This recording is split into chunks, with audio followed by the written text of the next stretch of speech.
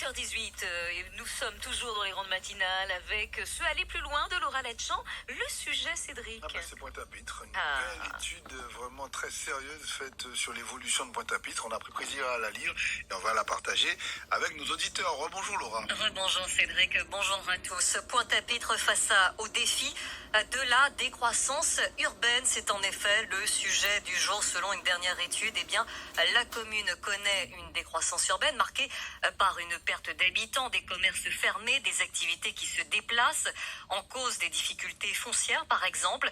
Et pour en parler, nous sommes avec Agnès Garuche, professeure d'histoire et géographie au lycée Gerville-Réa chez Bainbridge, doctorant. Bonjour à vous. Bonjour. Merci beaucoup d'être avec nous. Et nous sommes également en ligne avec le maire de Pointe-à-Pitre. Bonjour Harry Durimel.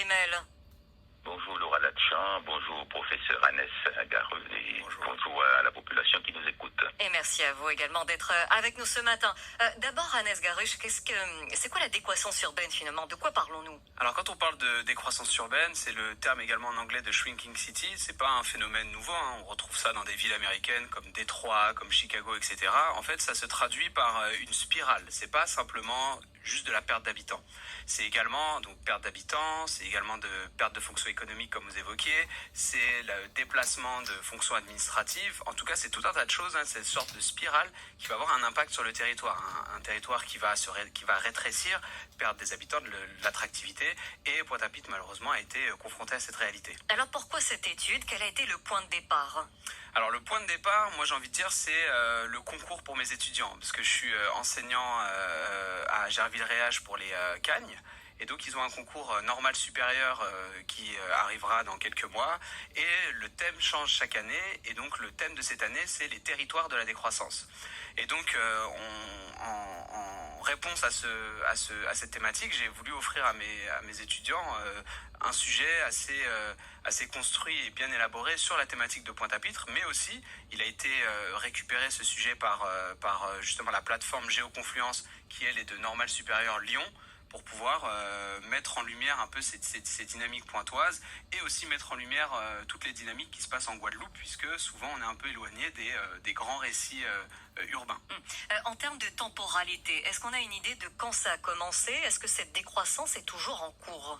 Alors ce que l'on constate, c'est qu'effectivement, on a depuis les années, j'ai envie de dire 80-90, on a un déplacement progressif. Alors ça va commencer par des administrations, le rectorat, puis plus tard la sécurité sociale, etc.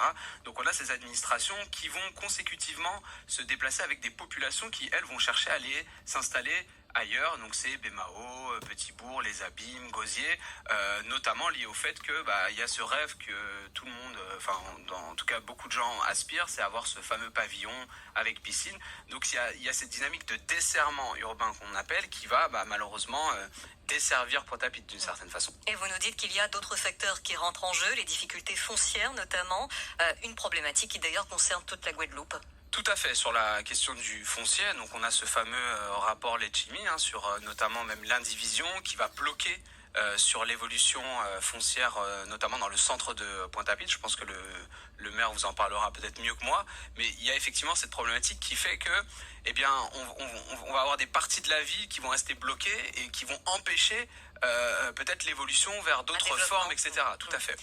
Est-ce que tout ça, finalement, c'est positif ou plutôt négatif? Mitigé? Alors, effectivement, à la base, la décroissance, elle est vue comme une crise. C'est une crise urbaine, donc on va prendre ça avec on va même avoir un discours négatif. C'est vrai que malheureusement, Pointe-à-Pitre souffrait de cette représentation relativement négative parce que, en lien avec cette décroissance, il y avait également de la violence, de la délinquance, etc.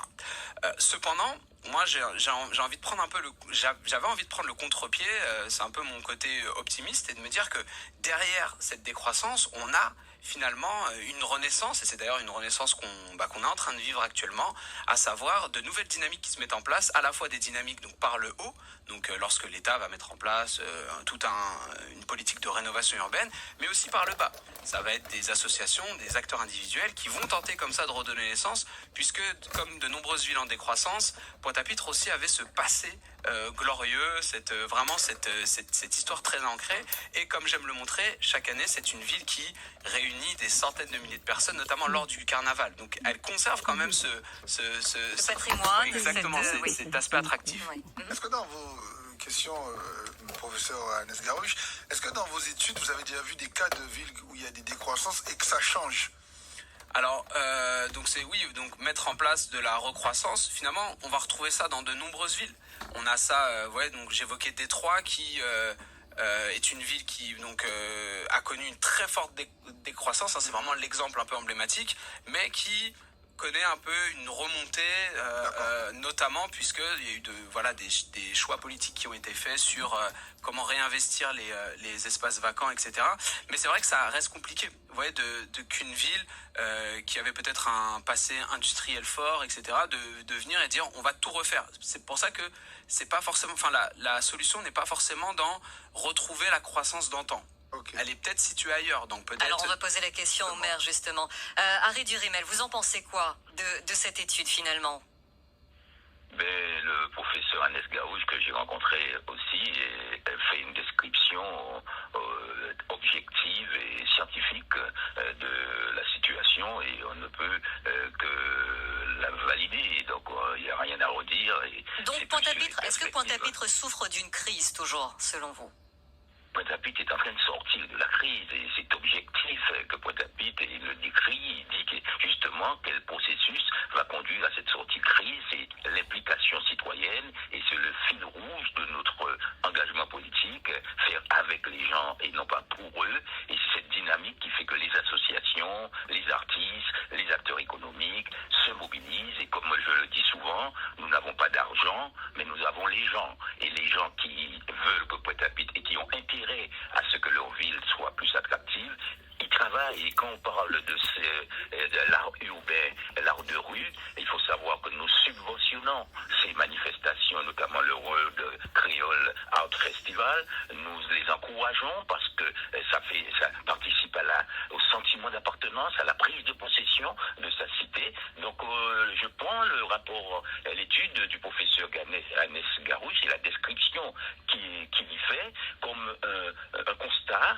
cinglant, certes, et objectif, mais aussi un défi. Et c'est ce défi que nous nous attachons à relever depuis que nous sommes là, mais ça passe d'abord par la résorption d'une situation financière qui était complètement ténébreuse. Donc il a fallu qu'on en sorte, et nous sommes en train de sortir, et nous misons sur les atouts qu'il a décrits, qui sont la centralité, un tissu associatif très dense, des manifestations qui amènent les gens encore à Pointe-à-Pitre, et un public que Pointe-à-Pitre continue à drainer, il n'y a pas de place suffisante pour stationner à Pointe-à-Pitre. Donc ce potentiel de centralité, nous le cultivons. Bon, sur le volet économique, Harry Durimel par exemple, il disait que justement les activités étaient en train de se déplacer vers les villes comme les Abîmes, Bemao. Comment justement repenser un petit peu cette activité économique et la population également qui se déplace vers la périphérie? Bien sûr que c'est dommage que, nous le disons depuis longtemps, les écologistes, cette péri-urbanisation qui fait que les champs de canne et les champs de bananes sont transformés en lotissements et en centres commerciaux. Effectivement, ça a siphonné Pointe-à-Pitre, entraînant les gens vers Bemao, Abîmes et ailleurs. Donc, pour combattre ça, il faut un autre modèle économique, le modèle de la proximité. C'est ce que les écologistes défendent. Acheter dans les épiceries du coin, comparer les prix, faire ses courses au plus près, réduire la distance entre les producteurs et les consommateurs. Donc, dans un modèle économique où la population, la démocratie participative impliquerait plus la population et où, par l'économie sociale et solidaire, nous développerions un cadre de vie, un mode de vie qui serait plus accessible aux bourses moyennes, eh bien oui, Pointe-à-Pitre va retrouver et est en train de retrouver une certaine dynamique, mais nous n'envions pas la dynamique des centres commerciaux qui portent avec eux une boulimie de la consommation qui participe à la vie chère. Et Pointe-à-Pitre a les atouts pour pouvoir justement déconstruire ce consumérisme débridé. Professeur Agnès Garouche, vous partagez également, en tout cas il y a des atouts qui sont là et on doit les exploiter encore, c'est ça? Alors effectivement, c'est vrai que sur la question économique qui reste quand même centrale, que ce soit à la fois sur l'activité qui permet de faire de l'emploi, mais aussi sur le portefeuille des Guadeloupéens, quel que soit leur niveau économique.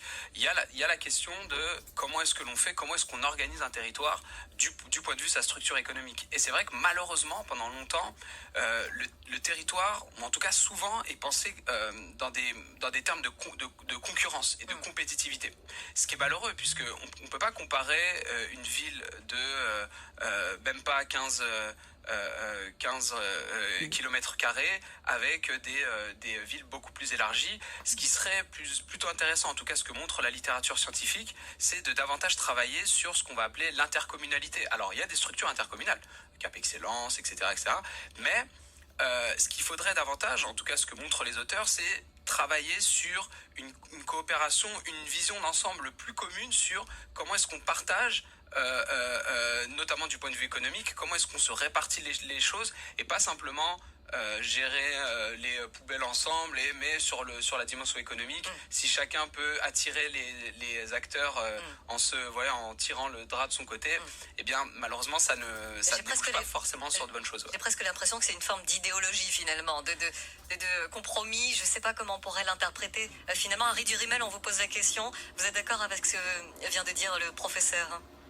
Oui, nous plaçons beaucoup d'espoir dans l'intercommunalité, et non seulement l'intercommunalité, mais la définition des frontières qui entre Pointe-à-Pitre et Abîme, finalement, sont abstraites, voire abscons. On ne peut pas considérer que lorsqu'on est à la Causamia, on est tantôt à Pointe-à-Pitre, tantôt aux Abîmes. Les gens de l'usine Mathieu se considèrent comme Point 3, mais on leur dit qu'ils sont des Abîmes, mais les Abîmes n'apportent pas les services publics qui sont attendus. Donc il faut miser sur l'intercommunalité, mais il faut aussi revoir les frontières de Pointe-à-Pitre, qui est une ville de 2,6 km qui va être rongée probablement par la montée des eaux. Il faut prévoir que Pointe-à-Pitre n'est comme frontière que la rocade qui passe derrière votre radio d'ailleurs et qui conduit vers Saint-François, Gosier. Donc là, ça serait clair. On saurait que le centre hospitalier c'est Pointe-à-Pitre. On saurait que jusqu'en amont des bridges c'est Pointe-à-Pitre, Manaval, c'est Abîme. Ça serait clair. Donc les limites territoriales doivent être revues, sont archaïques et ne correspondent pas à la réalité et aux aspirations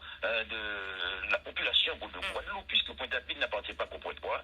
C'est ça aussi, cette spécificité que le professeur me semble n'avoir pas assez pris en considération, c'est que c'est pas qu'à la ville des Pointe-Noires et les espoirs de Pointe-à-Pitre sont ceux que portent tous les Guadeloupéens. C'est ensemble que les Guadeloupéens redonneront vie à leur ville. Professeur Garuste, complètement d'accord avec ça. Ce que j'aime bien dire en général, même lors des différents colloques que je fais, c'est que quand vous prenez un billet pour venir en Guadeloupe, vous prenez le billet pour Pointe-à-Pitre. Donc il y a quand même cette image centrale, même si paradoxalement on atterrit aux Abîmes, il y a quand même cette centralité pointoise et qu'il faut continuer à affirmer. Je suis complètement d'accord avec ce qui vient d'être dit. Très bien, merci beaucoup, sujet passionnant, très intéressant ce matin. Merci beaucoup, professeur Ernest Garuste, d'avoir accepté de répondre à nos questions ce matin, professeur d'histoire et géographie, doctorant. Et donc, merci à vous également, Harry Durimel, maire de Pointe-à-Pitre, d'avoir répondu à nos questions ce matin.